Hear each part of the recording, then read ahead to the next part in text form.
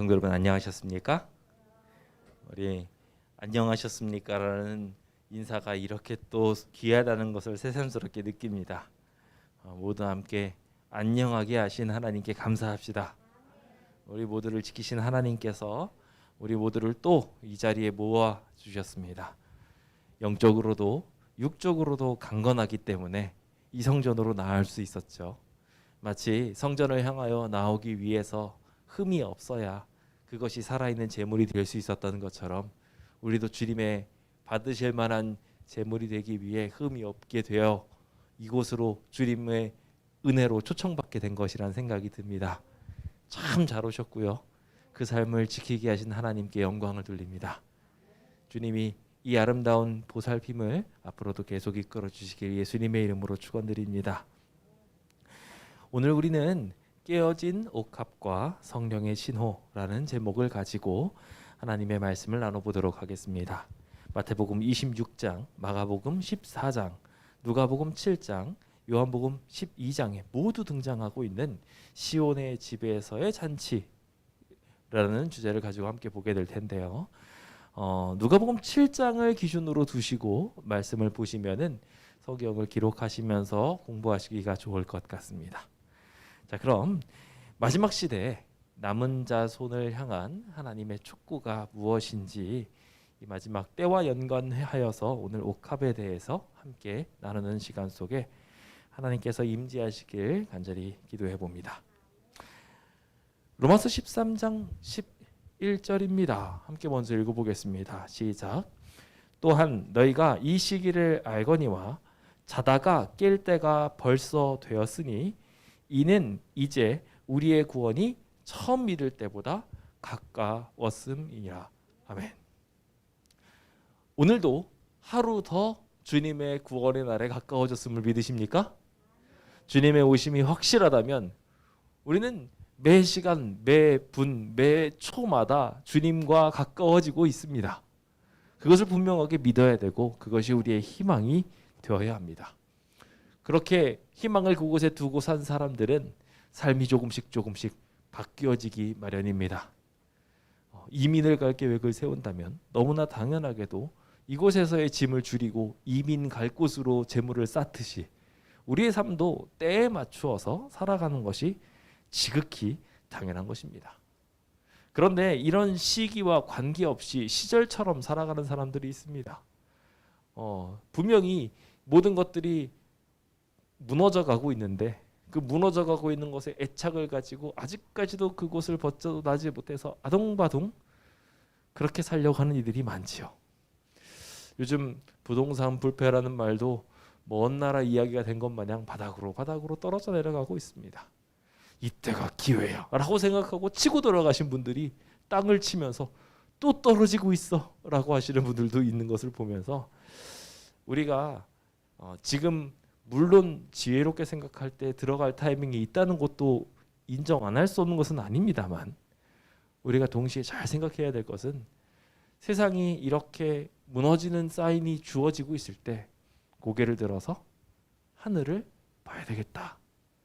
그런 결심을 또한 함께 할 수 있게 되는 우리 모든 광명교우들 되길 예수님의 이름으로 축원드립니다. 튀르키예 지진 소식이 정말 안타깝게 느껴집니다. 다행히 재림교회 소실 이야기는 아직 없습니다. 어떻게 됐는지에 대해서 제가 기사도 뒤져보고 여러 사람들한테 물어봤는데 다행히도 아직까지는 제가 그 사실을 접하지 못했습니다. 한인에 대해서 한인 피해에 관련돼서도 우리 교회에 대한 표현이 다시 없는 걸로 봐가지고 참 다행인 것 같습니다. 그런데 그럼에도 불구하고 정말 안타까운 것은 그 수많은 덧없는 사람들이 목숨을 잃었다는 것입니다. 이 죄악 세상은 이와 같이 슬픔을 양산하고 있으며 자연스럽게 하나님의 백성들이 이곳을 떠나야 되겠다는 생각을 하도록 만들고 있습니다. 지금은 바로 그때인 것입니다. 애굽의 재앙이 일어나게 되는 것을 보며 이스라엘 백성뿐 아니라 애굽 사람들까지도 이 땅을 벗어나야 되겠다. 구원의 하나님께로 가야 되겠다라고 생각하였습니다. 즉 재앙을 보면서 그 재앙의 시대에 맞게 그것에 맞는 삶을 사는 사람이 우리에게 필요하다는 것입니다. 특히 남은 무리는 더더욱이나 깨어서 이 일들에 관심을 가지고 살아가야 합니다. 우리는 삶을 살아가며 항상 이렇게 우리의 삶의 평안함을 줄 만한 어떠한 것을 가지고 살아가게 되는데요. 삶에 꼭 필요하다고 귀하다고 여겼던 것이 이제 깨어져야 할 때가 왔을 수도 있습니다. 정말 필요할 때 필요한 순간에 사용될 수 있도록 하나님께 우리의 삶을 연결짓게 되는, 그것을 결심하게 되는 귀한 시간 되시길 간절히 기도해 봅니다. 자, 그럼 오늘 우리의 본문으로 들어가 보도록 할까요? 아까 말씀드린 것처럼 누가복음 7장이 오늘의 본문입니다. 누가복음 7장은 지금 누가복음 7장이라고 되어 있으니까 굉장히 초반에 예수님 사역을 하신 것 같지만 다른 모든 이야기의 배경이 예수님께서 십자가에 달려 돌아가시기 직전에 일어난 사건으로 묘사하고 있습니다. 그 예수님의 마지막 사건으로 나가고 있는 배경, 즉 예수님의 마지막 때를 향하여 가고 있는 이때에 제자들은 어떤 자세와 생각을 가져야 되는지를 알려주기 가장 합당한 본문 중에 하나가 되지요. 오늘 우리의 삶과 이 시대와 가장 부합하고 있는 말씀 본문 중에 하나가 아닌가 생각해 보게 됩니다. 예수님께서는 계속해서 스스로의 삶에 대하여 말씀하십니다. 내가 이제 영광을 입을 때가 되었다. 이제 돌려 말하지도 않으십니다. 주님께서 이제는 내가 유대인들한테 넘겨지게 되고 십자가에 달려 죽게 될 거다. 그러나 3일 만에 내가 다시 부활하리라. 아주 명확하게 말씀하시며 이 주님의 사역이 어떻게 흘러가게 될지에 대한 이정표를 제자들한테 나눠주셨습니다. 마치 남은 무리들인 우리들에게 이 세상이 어떻게 흘러가게 될 것이며 어떤 멸망을 향하여 가게 될지 재림 징조를 통하여 분명하게 알려주셨던 것처럼 우리한테도 동일하게 그렇게 알려주고 계신 것입니다. 자, 이와 같은 이야기들이 나오고 있을 때 제자들은 뭐하고 있었나요? 어떻게 저희들이랑 이렇게 비슷한지 모르겠어요. 서로 도토리 키재기 하면서 누가 더 조금 더 나은 삶을 살 수 있을까를 막 경쟁을 하면서 살아갔습니다. 그래서 지난번에 치맛바람 일으켰던 요한과 야고보의 어머니도 이야기했죠. 네, 예전에 우리도 그러면서 치맛바람을 휘날리며 누가 더 공부를 잘해서 성공할 수 있을까? 거기에 매진하는 이들도 있고요. 그리고 경제적 이득을 좀 더 취해보겠다고 가룟 유다처럼 주머니에 계속 자기가 쓸 것들을 착복하고 있는 사람들도 있을지 모르겠습니다. 하나님의 것을 도적하면서 말이죠. 이와 같은 때 주님께서는 그러고 있을 때가 아니라는 것을 명확하게 오늘의 이야기를 통하여 알려주십니다. 주님은 곧 죽임을 당하실 것이었으며 주님의 죽음에 준비된 삶을 살아가야 했습니다. 오늘 우리도 이 세상의 멸망을 준비하는 사람이 되어야 합니다. 그래서 어떤 이들은 뭐 멸망을 준비한다고 생각해가지고 가가지고 벙커를 짓고 거기다가 음식을 잔뜩 쌓아놓고 나는 거기서 혼자 안식일을 지킬 거야. 하나님께서 바라시는 방향성은 절대 아닙니다. 하나님께서 뭘 원하실까요? 진짜 원하시는 것에 대해서 오늘 이 옥합의 이야기를 통하여 함께 살펴보도록 합시다. 마태복음 9장 15절에 있는 말씀을 먼저 읽어보겠습니다. 함께 읽어볼까요? 시작. 예수께서 그들에게 이르시되 혼인집 손님들이 신랑과 함께 있을 동안에 슬퍼할 수 있느냐? 그러나 신랑을 빼앗길 날이 이르리니 그때에는 금식할 것이니라. 아멘. 자, 여기 주님께서는요, 이제 요한의 제자들이 요한이 죽은 것으로 인해서 슬퍼하면서 왜 당신은 금식하지 않습니까? 혹은 요한의 제자들은 열심히 금식하면서 막 수도하고 있는데 당신들은 왜 이거 안 하고 있습니까? 라고 따지는 그 이야기가 오고 가고 있었을 때 주님께서는 이것에 대한 답변을 하십니다. 신랑이 아직 그대들과 같이 있으니 울 때다 아니다? 아니다. 그러나 라고 이야기하면 주님께서 그 다음 얘기를 하기 시작하십니다. 예수님께서 십자가에 돌아가실 때 신랑을 빼앗기게 될 때가 있을 것이라는 거예요. 지금 이 시대는 말 그대로 신랑이 거절되어져서 점점 떠나가는 시대에 살아가고 있습니다. 우리는 그것을 피부로 절실하게 느끼면서 살고 있습니다. 그렇죠? 우리 교회만큼 절실하게 느끼는 교회가 많지 않을 거예요. 우리 한국에서. 교회를 부숴버리겠대요. 교회가 이제 필요 없대요. 그런 이야기를 우리는 들으면서 살고 있습니다.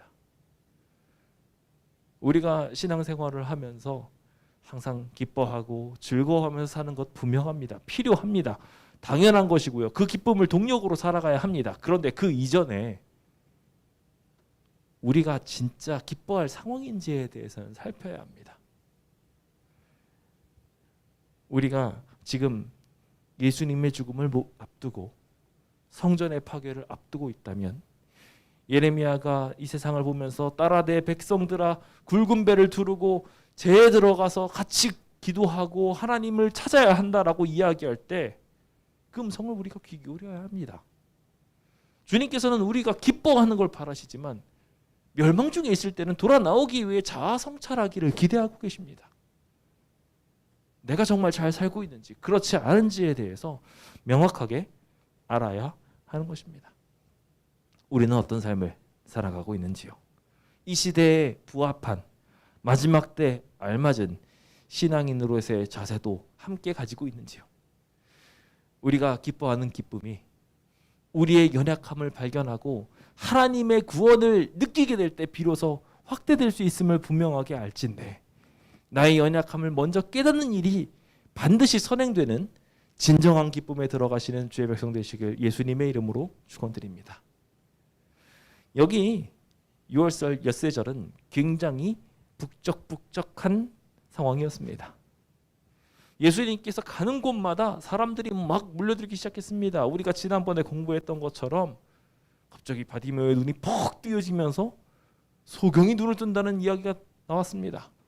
잘 아시다시피 소경이 눈을 뜬다는 것은 메시아를 직접적으로 암시하는 사역 중에 하나였습니다. 그분이 메시아구나라는 것을 또한 세리인 죄인이 고백을 하면서 자연스럽게 영적인 변화도 이끌어낸다는 것이 증명되었습니다. 분위기는 완전히 예수님께로 돌아갔습니다. 그런 과정에 시너지 효과가 나타나기 시작했는데 베다니에 있는 한 유력가 시몬이라는 사람이 예수님을 초청한 것이었습니다. 그는 바리새인이었습니다. 지위가 꽤나 높은 사람이었어요. 그런데 그가 문둥병에 걸렸었습니다. 예수님께서 그를 만나서 치료하셨고 그는 예수님의 신실한 제자가 됐습니다. 그러다 보니까 자연스럽게 그 베다니에 있는 시몬의 집은 바리새인들이 오기에도 좋았고 예수님의 제자가 들어가기에도 좋은 곳이었습니다. 즉 예수님께 관심 있는 사람들이 몰려들기 좋은 곳이었다는 것입니다. 그리고 그는 예수님께 늘 감사했기 때문에 그 감사의 마음을 가지고서 잔치를 베풀었는데 그 잔치에 수많은 사람들이 올 수 있도록 초청했습니다.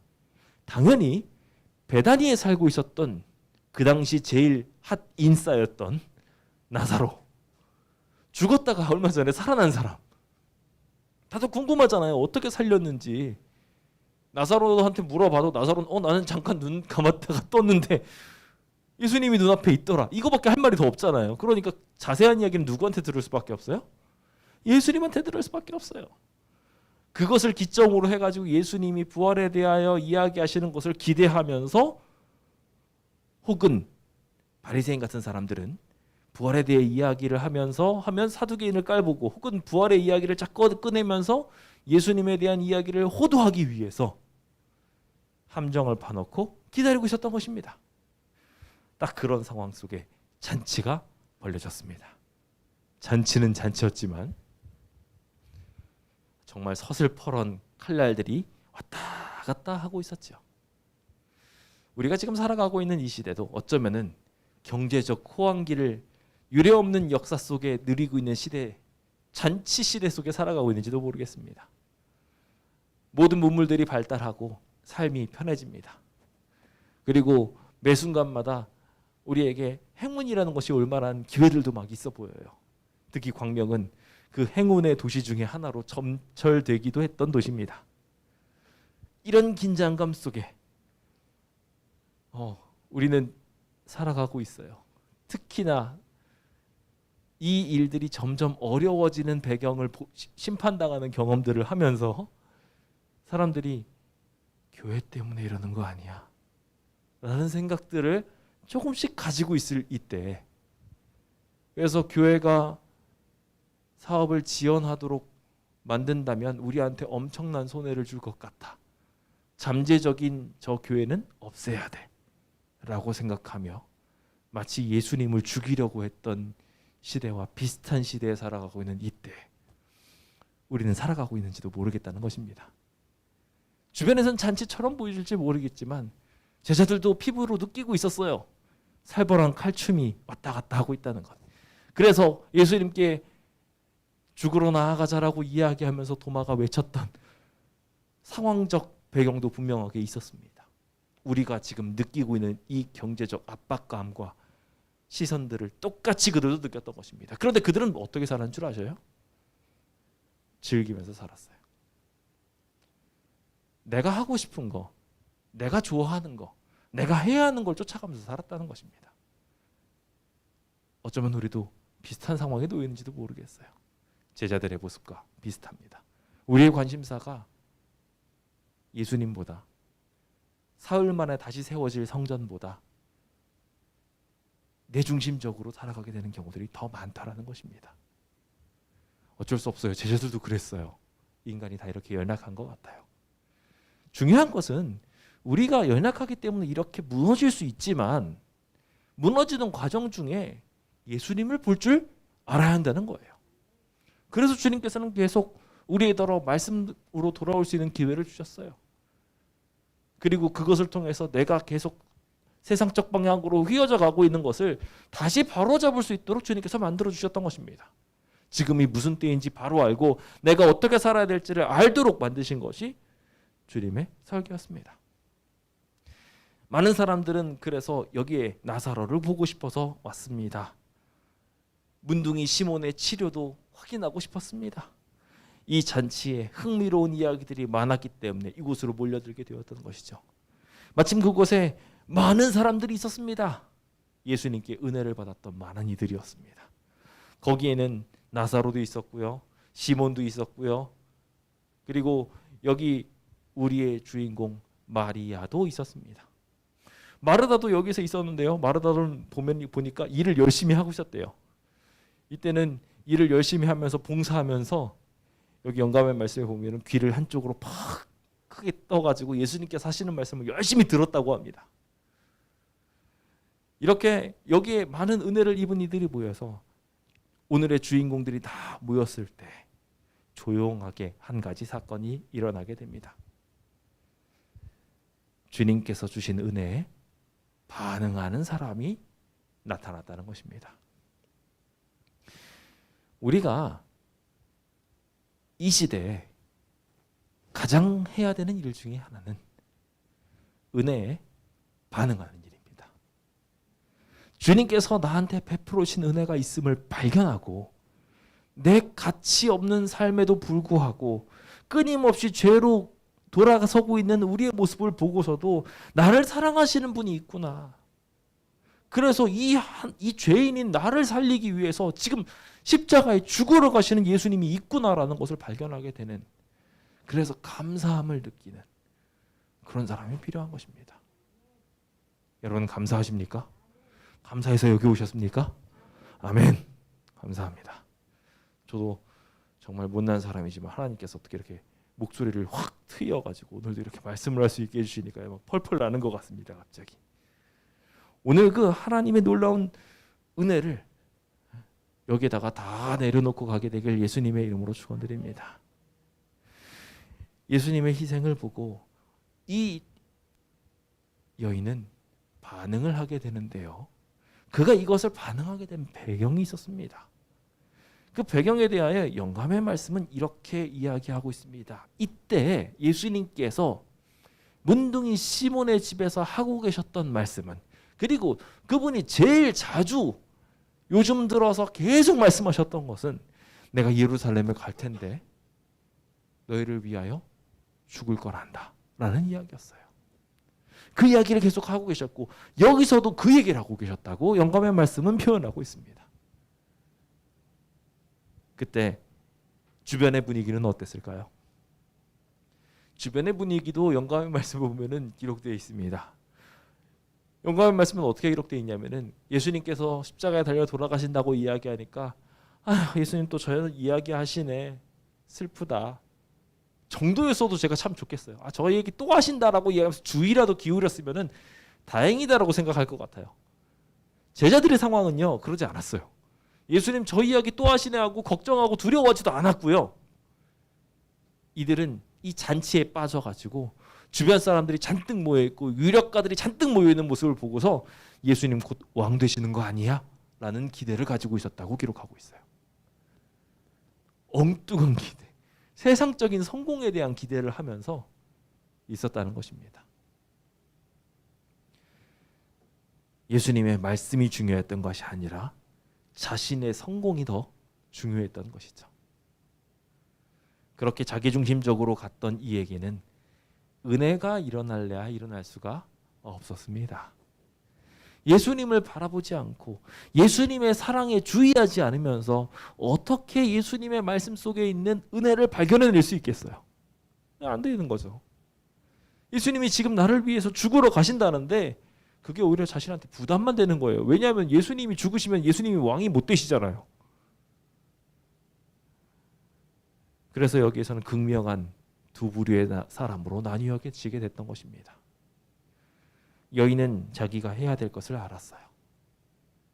예수님이 돌아가시게 되면 돌아가신 자를 예우하는 마음에서 그들은 향유를 가지고 와서 그 슬픔을 대신 표현하였습니다.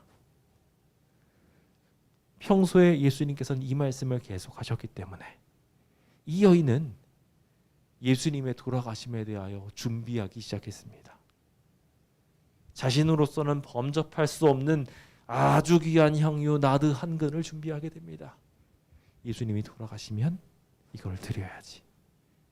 그는 예수님의 말씀을 믿는 유일한 여인이었습니다. 그것이 이루어질 거라고 생각했던, 그걸 제대로 준비했던 유일한 여인이었습니다.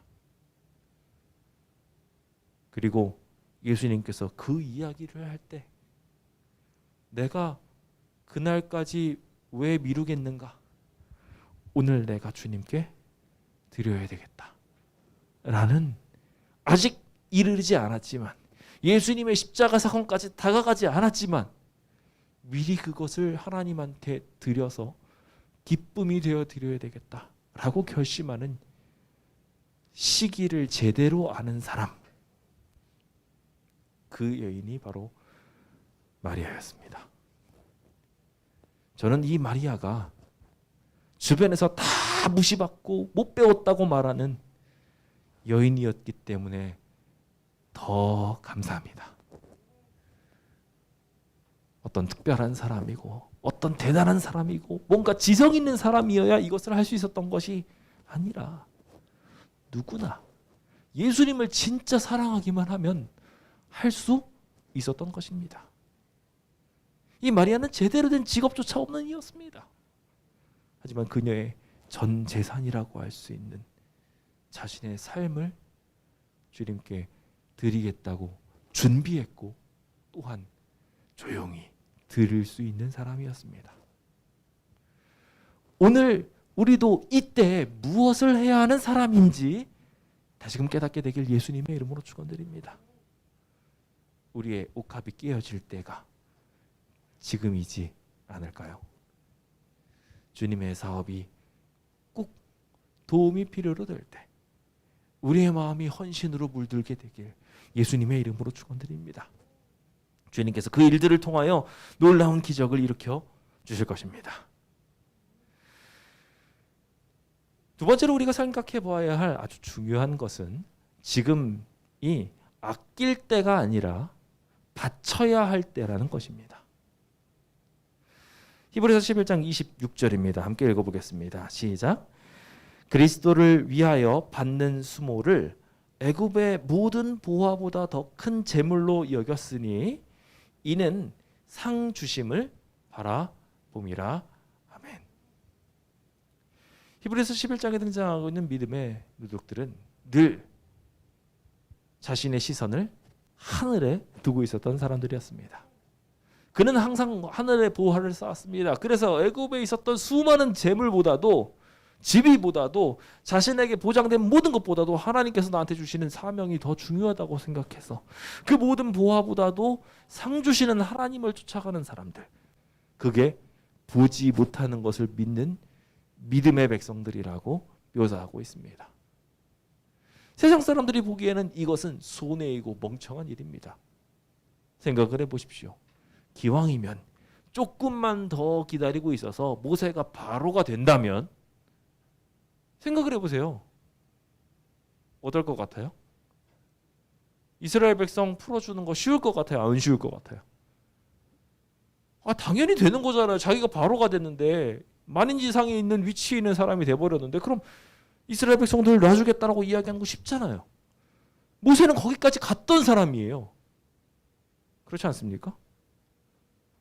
순리적으로 봤을 때 그게 훨씬 더 당연한 거고, 그럴 때 그는 그냥 그대로 조금만 인내하면서 살면 이것을 다 할 수 있을 거라고 주변 사람들한테 여겨지는 상황이었습니다. 그런데 말입니다. 주님께서는 이 아까운 거 다 버리게 하십니다. 배경들 다 버리게 만들어 버리셨어요. 이상한 상황이에요. 왜 그렇게 됐을까요? 여기서 중요한 것이 하나 있는데요. 모세가 만약에 거기에서 바로가 돼가지고 내보냈잖아요. 그러면은 분명히 안 나가는 사람도 나왔을 겁니다.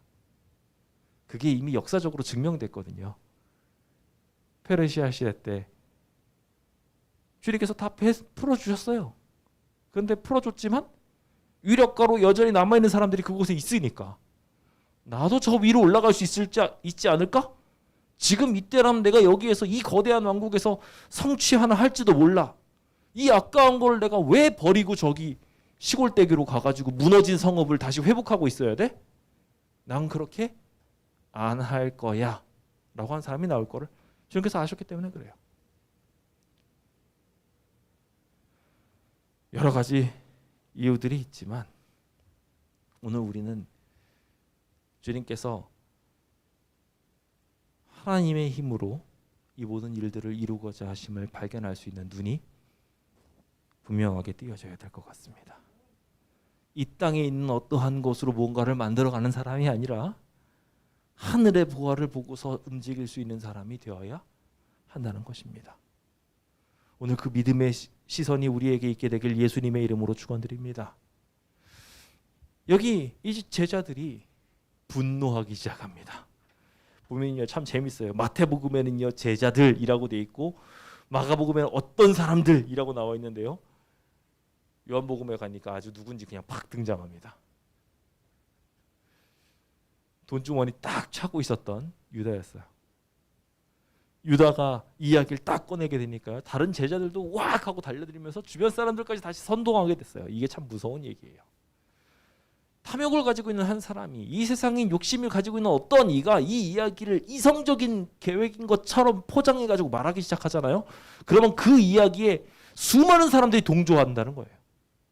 무서운 얘기라는 걸 우리가 꼭 기억해야 돼요. 나는 논리적으로 말했어요. 얼마나 논리적인 얘기예요. 비싼 값에 팔아가지고 주변 사람들한테 300데나리온을 나눠주게 된다면 한 일주일 정도에 한 데나리온 갖고서 살아갈 수 있는데, 뭐 넉넉하게 살아간다 하더라도 그러면은 몇 명이 사는 거예요 도대체? 엄청나게 많은 사람을 살릴 수 있는 아주 굉장한 자금이 지금 여기 순식간에 사라져버리고 있는 거예요. 예수님의 머리에 뿌려졌고 발바닥에 뿌려지면서 막 그냥 사라지고 있는 걸 보면서 아깝다 아깝다 아깝다 아깝다 아깝다 아깝다 계속 정신없이 말하게 된 것입니다. 신앙은요 보이는 것을 따라가는 게 아니라 보이지 않는 것을 따라가는 것입니다. 그렇다 보니까 우리는 때때로 우리가 이해하지 못하는 일들을 해야 할 때가 있습니다. 주님께서 계획하신 것이 무엇인지 생각하면서 우리가 이성적으로 이해된 것만 하는 게 아니라는 거예요. 때로는 이해되지 않는 곳으로 가는 게 신앙입니다. 보이지 않는 길을 걸으며 이해를 넘어선 믿음을 보여주는 것, 지식을 넘어선 순종을 하는 것, 그것이 우리에게 필요한 일일지도 모릅니다. 오늘 우리에게 그 아름다운 기적이 일어나게 되길 예수님의 이름으로 축원드립니다.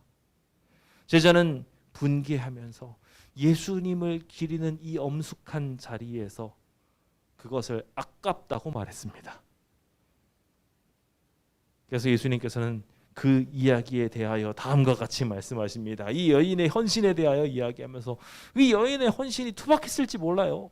그것도 주변 사람들이면 그걸 아주 효과적으로 예수님한테 연출을 쫙 하면서 멋있게 이렇게 하면서 이렇게 주변 사람들 감화를 주도록 했을지 모르는데 이 여인은 그렇게 하지도 않았어요. 영감의 말씀 보면은 뒤에 몰래 가가지고요, 숨어가지고 티 안 나게 예수님한테 조용히 발라드렸다고 말하고 있어요.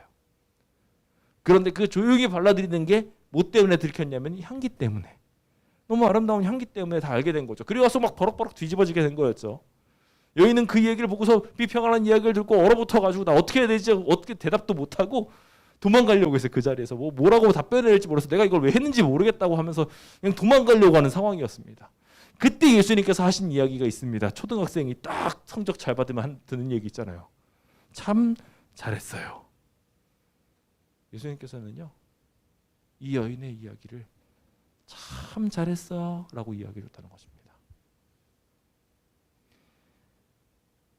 내가 어찌하여 이 여자를 괴롭게 하느냐, 그가 내게 좋은 일을 하게 하였느니라. 주님께서 그 일들에 대하여 설명하시며 그를 가만두어서 나의 장례날을 위해 그것을 간직하게 하라라고 말씀하셨어요. 지금 예수님의 말씀에 가장 합당하게 움직였던 건 이 여인이었던 것이에요. 장례를 이야기하고 있는 그때 장례를 생각하며 정말 장래에 있을 일을 준비하는 진짜 순종한 여인이었던 것입니다. 주님께서는 그래서 이 이야기를 하시면서 진짜 소중한 것이 무엇인지 이야기를 해주시기를, 가난한 자들, 너가 해야 된다고 생각하는 사명이라고 생각했던 일들, 이 사람들은 항상 너희들과 있지만 예수님은 계속 있지는 않으신다는 거예요. 여기서 우리가 굉장히 중요한 한 가지를 배우게 됩니다. 우리가 많은 봉사를 할 수 있어요. 교회에서 많은 사랑을 보여줄 수 있어요. 하지만 그 안에 사랑이 없으면 우리는 꽹과리가 되어버린다는 거예요. 예수님이 그 안에 없으면 정말 많은 봉사를 하는 것 같고 정말 많은 사업을 하는 것 같은데 아무것도 아니게 되어버린다는 것입니다. 그러니까 우리는요, 무엇이 더 중요한지 아는 신앙을 해야 해요. 하늘이 더 중요하다는 것을 아는 사람은 효율성을 따지지 않고 하늘에 집중합니다. 이 마리아는 그것을 할 줄 아는 여인이었어요. 그 옥합은 그래서 제대로 사용되어졌던 것입니다. 다른 많은 사람들이 옥합들을 준비했을지 모르겠습니다. 귀중한 선물들을 다들 예비해가지고 예수님의 무덤에 실제로 가져가기도 했습니다. 하지만 실제로 예수님한테 드릴 수 있었어요? 없었어요? 없었어요. 예수님 그것을 받으실 수 없었어요. 이미 부활하셨기 때문에. 오직 이 여인만 예수님을 위해서 장례를 준비하는 사람이 되었던 것입니다. 오늘 우리에게도 이와 같은 선택의 기로가 주어지게 될지 모르겠습니다. 무엇이 더 중요한지에 대해서 생각하게 될 때 우리는 이해타산적으로 계산하기 쉽습니다. 그런데 그 이해를 넘어선 예수님을 발견하게 되길 예수님의 이름으로 축원드립니다.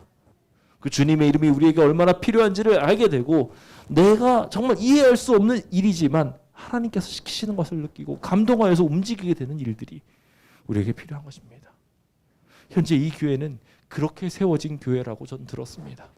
제가 그 당시에 있지 않았지만 이번에 이곳에서 이 많은 시련들을 겪은 성도님들의 이야기를 들으면서 그 감동스러운 그 연설물들을 볼 때마다 우리 성도님들이 얼마나 큰 헌신을 하셨는지에 대해서 정말 감동하면서 듣게 됐습니다.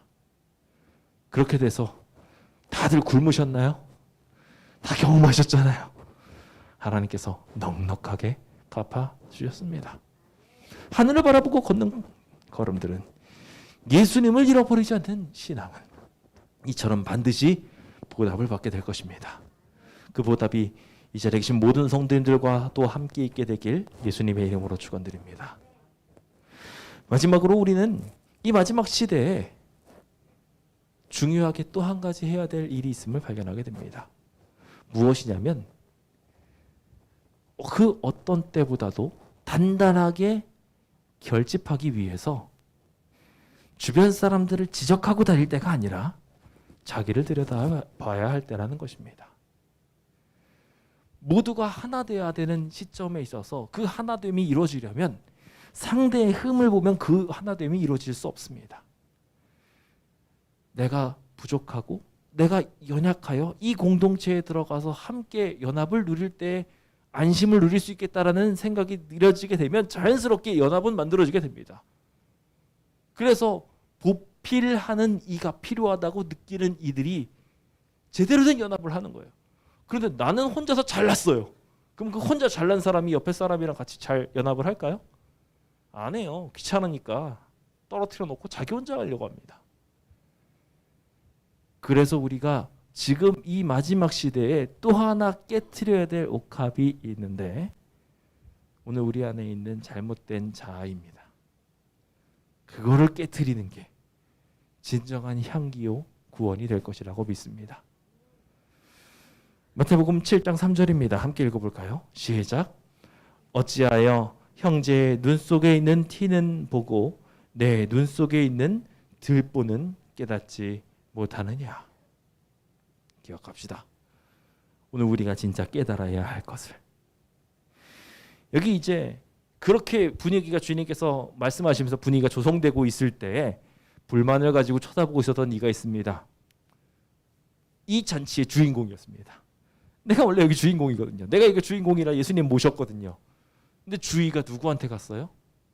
진짜 자기가 평소에 생각하기를 진짜 못났다고 생각했던 사람, 죄인이라고 생각했던 사람. 그래서 지금 배알이 살짝 꼬여 있었던 사람. 나사로가 주인공이 되자 그 옆에 있었던 마리아도 같이 부각되는 것 같아서 배가 좀 꼬여 있었던 사람이 바로 시몬이었습니다. 시몬에 대한 이야기를 보면요, 다소 충격적인 이야기도 있습니다. 잠시 후에 잠깐 살펴보게 되겠지만 이 시몬이 그런 상황에서 이런 생각을 하고 있습니다. 이 사람이 정말 선지자라면, 메시아라고도 생각하지 않습니다. 제자이라고 자기가 공언을 하면서도 이 사람이 정말 선지자라면 그가 만지는 이 여인이 어떤 여인인지 알았을 거다라고 생각합니다. 이때 이 사람이 이 죄인이 어떤 죄인인지 알았을 거다, 이 여자가 누구인지 알았을 거다라는 이야기에 대한 구체적인 이야기를 알려면 잠시 후에 등장하게 되는 본문을 봐야 됩니다. 그 전에 제가 먼저 누구부터 봐야 된다고요? 자기가 어떤 사람인지부터 봐야 된다고요. 이 시몬은요, 문둥병자였습니다. 바리새인이었지만요, 죄인이었어요. 그래서 세상적으로도 부정하다 부정하다라고 외치면서 다닐 수밖에 없는 사람이었습니다. 그가 바로 문둥병자였습니다. 그는 정말 말 그대로 속절없이 죽을 수밖에 없는 존재였어요. 주변 사람들은 외적으로 봐도 이 사람은 완전히 죽을 사람이야 라고 생각해야 했을 사람이라는 것입니다. 자기 안에 들보가 잔뜩 자라고 있었음에도 불구하고 그는 다시 회복되어 바리새인의 위치에 서게 되자 못났던 여인을 손가락질하는 것입니다. 자, 근데 그 여인이 어떤 여인인지 봅시다. 영감의 말씀을 보시면요, 시몬은 그가 지금 멸시하는 여인을 죄 가운데로 유인하였었다라고 기록하고 있습니다. 뭐라고요? 지금 마리아 죽이려고 했던 사람 중에 한 사람이 이 사람이었던 거예요. 마리아가 간음해가지고 죽이려고 하는 그 함정 속에 주인공으로 있었던 이가 바로 그였고요. 그래서 그 여자는 이 시몬으로부터 심한 폭행을 당했다고 기록하고 있어요. 그는 보통 죄인이 아니었습니다. 제가 봤을 때는요, 어쩌면 간음의 대상자였을 수도 있고요, 폭행의 대상자였을 수도 있습니다. 그건 분명한 거죠. 여기 적혀 있으니까. 그는 정말 나쁜 사람이었어요. 어쩌면 그것 때문에 문둥병에 걸렸을지도 모르겠습니다. 다른 한 사람은 어디 있느냐라고 이야기했을 때 설명할 수 없어 하나님의 천벌을 받았던 사람이 그였을지도 모릅니다. 그러나 주님께서 그를 용서해 주셔서 구원해 주셨는지도 몰라요. 그 모든 일이 일단은 분명하게 함정 가운데로 유인했던 것이라고 기록되어 있는 사실이 여기 명확하다면 하나님께서는요, 예수님께서는요, 그를 향해서 정말 무한한 사랑을 베푸신 거예요. 그는 예수님을 죽이려고 했어요. 이 여인을 폭행하고 이 여인을 가늠하게 만들어서 예수님을 죽이려고 했다고요. 그냥 이 여인만 괴롭히게 한 게 아니에요. 근데 예수님은요, 그를 용서하셨어요. 그런데 그는요, 지금 이 순간 이 여인을 보면서 자기가 괴롭혔던, 자기가 무시했던 이 여인을 예수님께서 받아주시는 걸 보고 자신의 지난 과거를 확 떠올린 거예요. 저 아무것도 아닌 여인, 저 더러운 여인, 그렇게 생각하면서 예수님의 선지자됨을, 예수님의 메시아 되심을 무시하고 있었다는 것입니다. 우리도 지금 비슷한 일을 하고 있는지도 몰라요. 내 안에 들보가 자라고 있는데 그 들보를 모르고 있는 거죠. 그런데 하나님께서는요, 진짜 멋있는 분이세요. 예수님 진짜 멋있는 분이세요. 그런 말도 안 되는 죄악을 지금 마음속에서 잔뜩 범하면서 불만이 가득한 그를 보고 그가 아직 입술로 내뱉지도 않았는데 예수님께서는 조용하게 그를 향하여 말씀하십니다. 시몬아, 내가 내게 이를 말이 있다 라고 말하면서요. 저는 여기서 주목하기를 시몬은 말하지 않았어요. 그런데 예수께서 대답하여 이르시되라고 말씀하셨고 예수님은 아셨어요. 그 마음을 들으셨어요. 그리고 대답하셨어요. 우리가 죄를 저지르고 있는데 주님께서는 대답하고 계신다는 거예요. 얼마나 감사한 일입니까? 그러면서 주님께서는 한 이야기를 하십니다. 한 사람은 500데나리온의 빚을 졌고 한 사람은 50데나리온의 빚을 졌는데 둘 다 갚을 것이 없기 때문에 탕감해 주었다. 누가 더 감사하겠느냐라고 질문합니다. 그 이야기를 들으면서 시몬은 자연스럽게 답을 향하여 가기 시작합니다. 시몬이 대답하기를 내 생각에는 많이 탕감을 받은 사람입니다 라고 이야기를 합니다. 참 저는 여기서 놀란 것이 영감의 말씀에서 이 이야기를 보면서 이제 시몬이 어떻게 가고 있는지에 대한 이야기가 나옵니다. 한번 기회가 되시면 좀 읽어보십시오.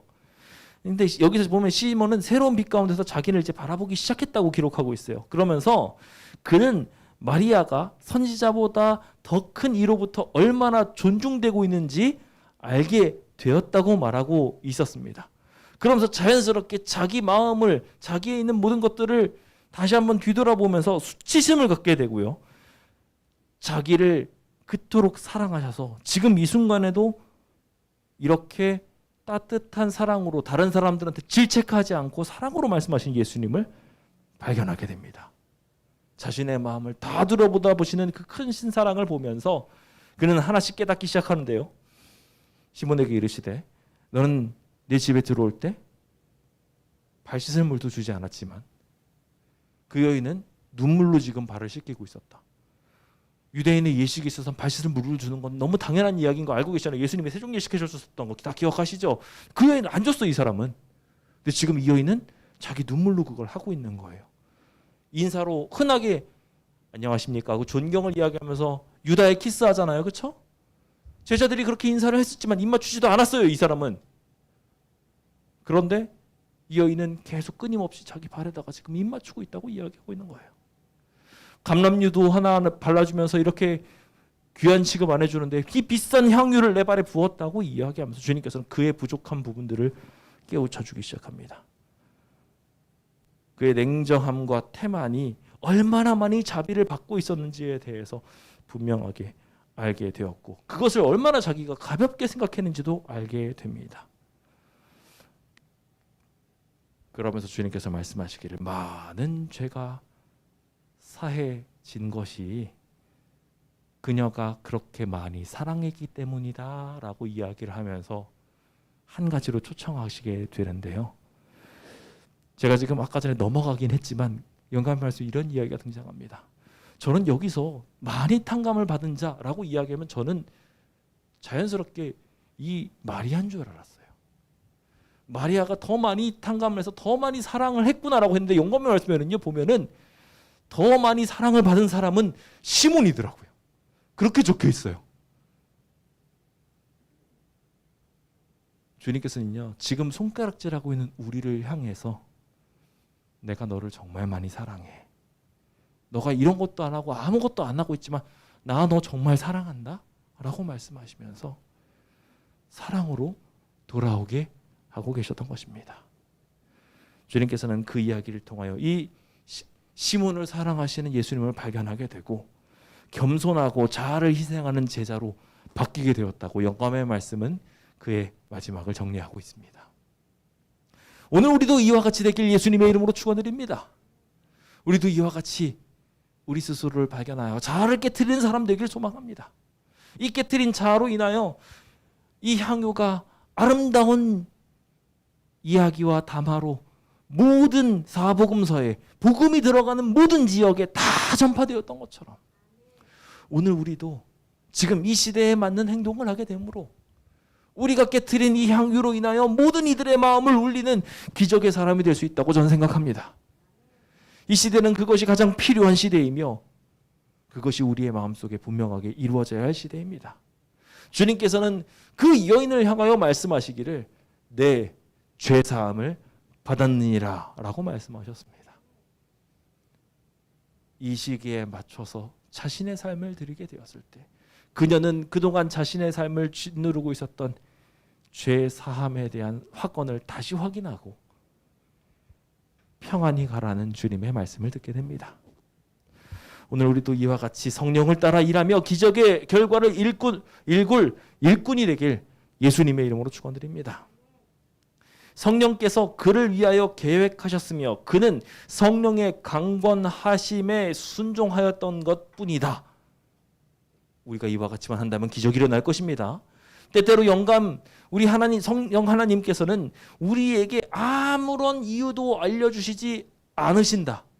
눈에 보이지 않는 존재가 정신과 마음에 말씀하시고 마음을 움직여 행동하게 하신다. 여기 마리아는요 몰랐어요. 자기가 뭐 하고 있는지.